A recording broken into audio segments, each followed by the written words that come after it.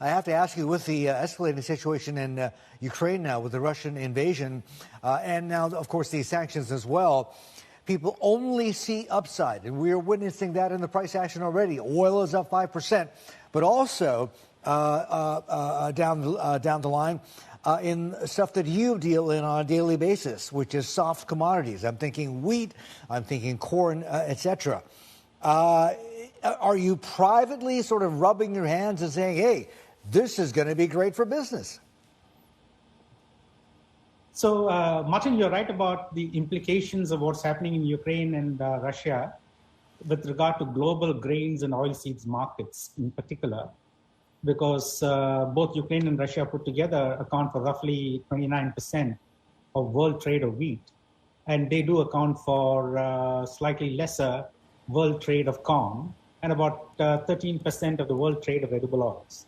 So I think what's happening in Ukraine and Russia will have some ramifications and implications as far as prices are concerned across the global grains and oilseeds complex.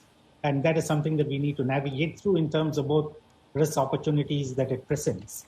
And this is what we do as a business, manage these risks given the volatility in these underlying markets for whatever the reason is.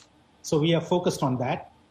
Our direct exposure in Ukraine and Russia is quite limited compared to the size of our portfolio. So Ukraine and Russia put together account for roughly 1% of our volumes, sales volumes, 0.8% of our revenues, and only 0.4% of our total invested capital is in these two countries.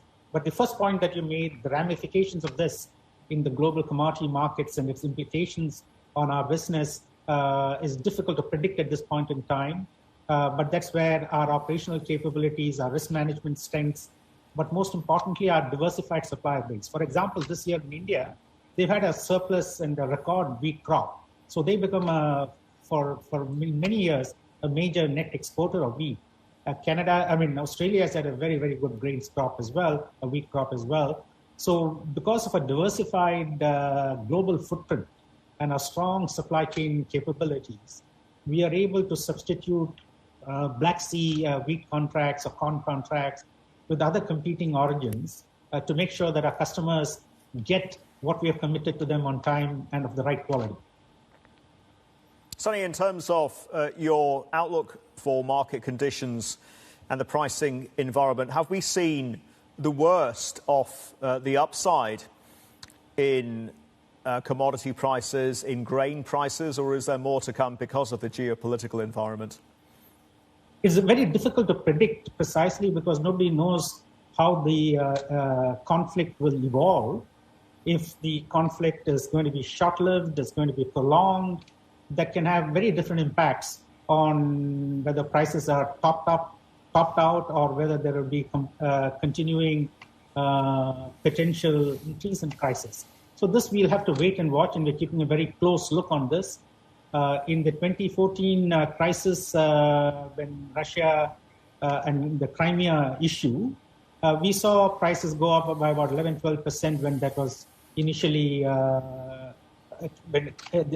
it came to light. But subsequently, by April, May, it had sort of stabilized. We don't know how this trajectory of the crisis unfolds, and we have to keep a close watch on how this develops. Sonny, minutes ago, you're talking about Black Sea wheat and the ability, or rather the potential for people like yourselves to pivot to places like India as well as Australia to replace Black Sea wheat if indeed we're cut off from that. What I want to know is, right now, how much exposure does Olam have to Russia in terms of liabilities? Because, I mean, you cut these guys off from the SWIFT system, that means, well, you're going to have a lot harder time getting paid. So, Martin, I think so far, the SWIFT restrictions that are put in place over the course of the last 24 hours is targeted. So food is at this point in time not under the sanctions list. And the restrictions on SWIFT is for certain Russian banks, including the central bank. But if you're dealing with food and if you're dealing with international banks, so far it has not impacted the sanctions or the SWIFT restrictions. But we don't know how this is going to evolve. But in most crises, sanctions exclude food because it can affect the common man. And that is typically across all major geopolitical situations. We have not had food. Even, for example, the sanctions against Iran, food was always exempt. And I would guess that would be the case here as well. But we have to just wait and watch how that develops. And that's why it's extremely important to have a diversified sourcing base. You mentioned Australia and India, but we are very large shippers of wheat from the US, from all of the South American origins. So we have a lot of optionality within our book to be able to substitute and yet provide our contractual commitments to our customers going forward.